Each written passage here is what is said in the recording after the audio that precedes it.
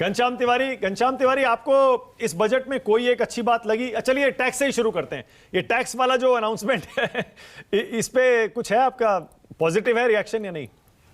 नमस्कार मानव जी, आपको, दर्शकों को और को पैनलिस्ट को। सर्वप्रथम मैं देश की वित्त मंत्री निर्मला सीतारामन जी को बधाई देता हूं कि उन्होंने अपना 5वां बजट प्रस्तुत किया। और उसके बाद प्रधानमंत्री जी ने एक शानदार भाषण दिया कि उन्होंने देश के मिडिल क्लास को अचानक अच्छे दिन दिखा दिए हैं।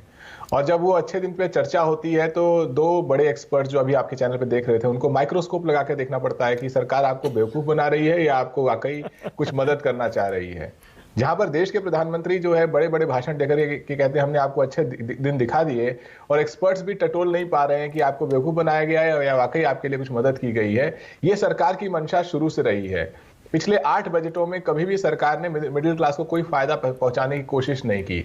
और ये जो मिडिल क्लास है, ये जब आप पेट्रोल के दाम बढ़ाते हैं, डीजल के दाम बढ़ाते हैं, एक्साइज बढ़ाते हैं, तो सबसे बड़ा नुकसान आप किसका करते हैं? इसी मिडिल क्लास का नुकसान करते हैं, क्योंकि इसकी चादर छोटी है और उसकी जरूरतें हर तरीके से स्ट्रेच हो रही हैं। चाहे बच्चों की फीस भरनी है, माँ बाप की दवाई के पैसे हैं, और उस चादर को आप और छोटा कर रहे हैं। आप पेट्रोल डीजल के दाम बढ़ा देते हैं, सेविंग स्कीम में जो माँ बाप को पेंशन मिलता था पेंशन देते नहीं है, या जो उसका इंटरेस्ट रेट था उसको कम कर देते हैं। तो और उसके बाद आप उसे अच्छे अच्छे भाषण भी सुनाते हैं। तो मुझे लगता है कि ये चतुराई, अगर ये चुनावी बजट है तो सरकार की चतुराई जनता को के सामने आ जाएगी। ये चुनावी बजट इस दृष्टि से जरूर है कि सरकार ने कोशिश की है कि सब उसकी वाहवाही करें। लेकिन अगर आप इकोनॉमिक सर्वे से जोड़ के इस बजट को देखें तो कल सरकार ने घोषणा की कि कोविड का दौर समाप्त हो गया, उससे जो आर्थिक परिस्थिति उत्पन्न हुई थी उससे देश आगे निकल गया है। अगर कोविड का दौर समाप्त हो गया, देश आगे निकल गया है, तो कौन पीछे छूट गया है? वो मजदूर जिसको आपने 4 घंटे के लॉकडाउन में हताहत कर दिया, जिसकी आमदनी चली गई, वो छोटे व्यापारी जो हताहत हुए। इस सरकार ने पिछले बजट में या इस बजट में उस मजदूर के लिए क्या किया है? जो बड़ा असंगठित क्षेत्र है उसके लिए क्या किया है? अगर आप लेकिन घनश्याम तिवारी, एक सेकंड, नहीं घनश्याम तिवारी, लेकिन देखिए, या तो आप ये आरोप लगाइए कि ये बजट चुनावी है, या फिर ये आरोप लगाइए कि ये बजट खराब है। चुनावी है मतलब लोक लुभावन है, इसमें बड़ी बड़ी घोषणाएं हैं जो लोगों को पसंद आ सकती हैं, और खराब है इसका मतलब कुछ इसमें है नहीं। इस सरकार में चुनावी का अर्थ होता है कि ऐसी चीज जिसके ऊपर प्रधानमंत्री बड़े बड़े भाषण दे सके। तो प्रधानमंत्री जी ने अपना भाषण दे दिया कि उन्होंने मध्यम वर्ग को अच्छे दिन दिखा दिए हैं।